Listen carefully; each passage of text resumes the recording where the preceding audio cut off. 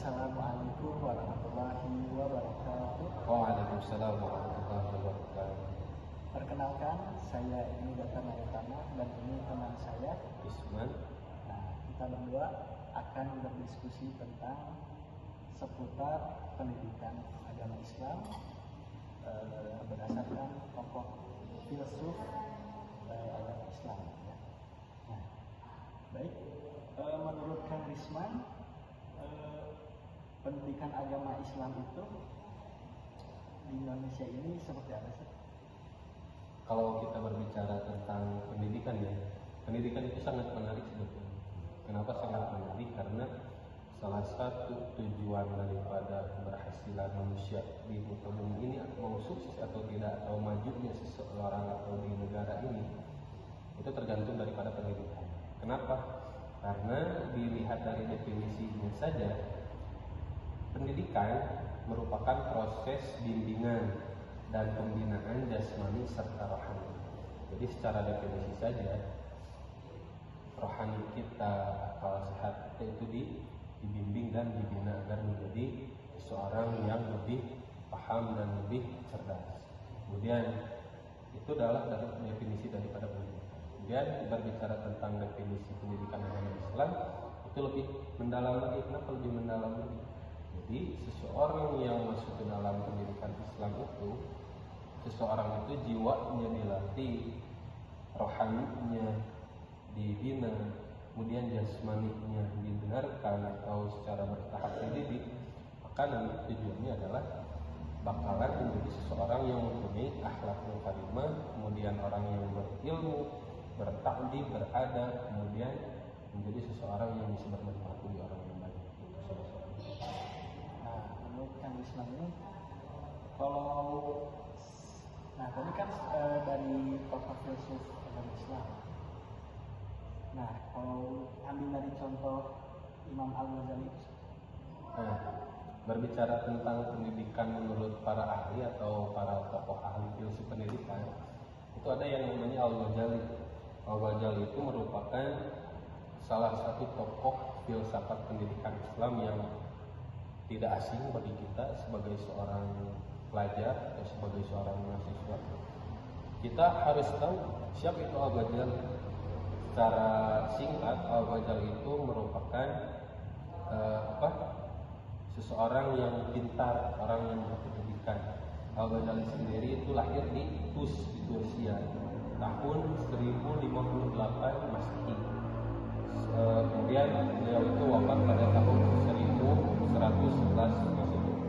Al-Ghazali ini dikenal sebagai ulama ahli fikih, ahli sufi, dan memiliki pengaruh yang sangat besar dalam perkembangan pendidikan Islam. Salah satu karya momentumnya adalah Ihya Ulumuddin yang membahas antara ilmu, ibadah, dan akhlak. Menurut Al-Ghazali, pendidikan itu tidak hanya bertujuan menghasilkan orang yang cerdas saja, tetapi secara intelektual, kemudian menjadikan manusia yang taat kepada Allah Subhanahu wa taala dan memiliki akhlak yang mulia.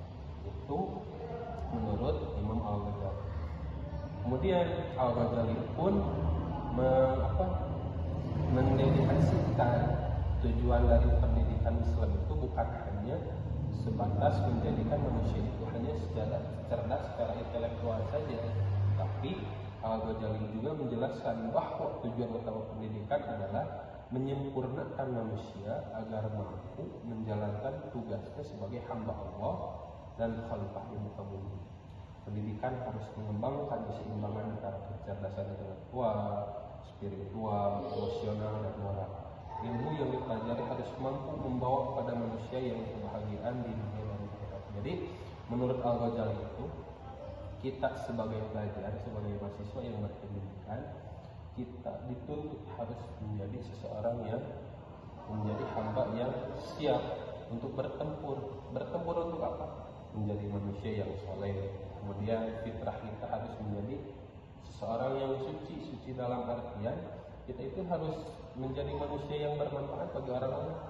Seperti halnya kita kan saling bermanfaat, saling membantu satu sama lain. Kalau kita tidak punya uang, kita saling membantu. Itu juga adalah salah satu pemikiran Al-Ghazali terkait pendidikan Islam. Gitu.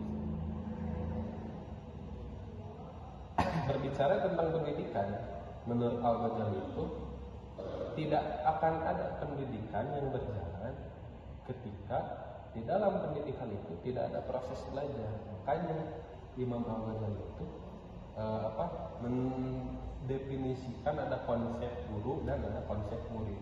Menurut Imam Al-Ghazali, guru itu memiliki kedudukan yang sangat mulia. Kenapa? Karena menjadi pewaris para nabi, sebagaimana di dalam hadisnya, di dalam dalil al-ulama warasatul anbiya. Ulama itu sebagai pewaris para nabi. Siapa ulama itu? Salah satu ulama itu adalah orang-orang yang mempunyai ilmu. Siapa orang yang mempunyai ilmu? Guru, ustadz, kiai, asatidz, mursyid, itu semuanya adalah warisan para nabi. Jadi kedudukannya sangat tinggi menurut Imam Al-Ghazali. Maka daripada itu, guru bukan hanya menyampaikan ilmu, tetapi juga harus menjadi teladan dari perkataan dan perbuatan. Kemudian guru juga harus mengajar dengan penuh kasih sayang, rasa sabar, rasa ikhlas, dan tidak menjadikan materi sebagai tujuan utama mengajar. Jadi menurut Imam Al-Ghazali gini teh. Jadi kita sebagai nanti mungkin setelah lulus kuliah ya, kita mungkin nanti jadi guru ya. Kita itu menurut Imam Al-Ghazali jangan berpatokan kepada materi ketika kita jadi guru. Kita harus jadi guru yang ikhlas, guru yang sabar. Kemudian mengajar anak-anak itu dengan penuh kasih sayang. Bukan hanya mengajar ke sekolah, ke tempat pendidikan itu datang ke sekolah hanya dengan paksaan. Kemudian kita mengajar di sekolah itu dengan membawa amarah emosi kita kemudian diluapkan kepada anak. Itu menurut konsep pendidikan itu tidak seperti itu. Itu adalah konsep pendidikan yang salah. Makanya Imam Al-Ghazali ini sangat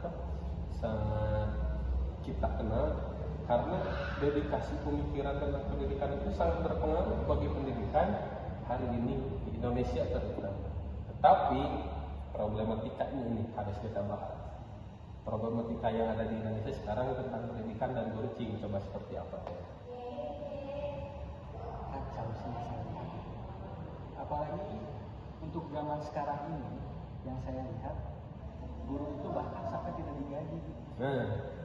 Bagaimana pendapat Kak Isman? Berbicara tentang guru, kemudian pemikiran Al-Ghazali bahwasanya guru itu harus menjadi teladan dari perkataan perbuatan. Kemudian dilihat dari keadaan saat ini, guru itu tidak dihargai. Tidak dihargai bukan tidak dihargai dalam segi materi. Kita lihat aja sekarang di sekolah banyak guru yang bahkan siswa-siswa atau murid-murid berani melawan kepada guru. Kemudian tidak mendengar terhadap nasihat guru. Itu adalah salah satu ketidakpatuhan siswa kepada guru. Itu merupakan salah satu faktor masalah. Bukan karena guru tidak mau mengajar ya, tetapi banyak sekolah-sekolah dengan perkembangan zaman yang sangat modern ini, dengan mungkin di akhir zaman, hari ini adalah akhir zaman, sehingga pendidikan itu, guru-guru itu dipandang rendah oleh siswa. Apalagi berbicara tentang material, banyak guru yang tidak digaji. Bahkan ketika kita berbicara tentang guru hari ini, banyak guru-guru yang hanya digaji sebatas 300.000 sebulan.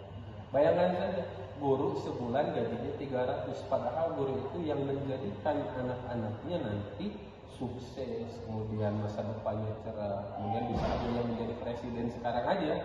Itu mungkin lantaran karena dia punya guru, dulunya dididik. Tetapi hari ini ketika berbicara tentang guru, hanya 300.000 saja digaji tiap bulan. Berbeda dengan seseorang yang hari ini bekerja di apa contohnya? Banyak. Itu tidak boleh disebutkan, mungkin teman-teman juga tahu ya. Ada yang gajinya sampai UMR tapi kerjanya cuma ya gini-gini doang, gak capek. Padahal jadi guru itu bebannya Masya Allah berat sekali. Kenapa berat sekali? Dituntut harus menjadikan murid pintar, harus menjadi anak yang berprestasi, anak yang beradab, kemudian yang berakhlak. Tetapi fasilitas benefit buat gurunya tidak sesuai. Makanya jadi guru itu sangatlah berat. Tapi menurut Imam Al-Ghazali, kita dituntut harus menjadi seseorang yang sabar, ikhlas, dan tidak mencari materi dalam menjadikan seseorang dalam berpendidikan. Mungkin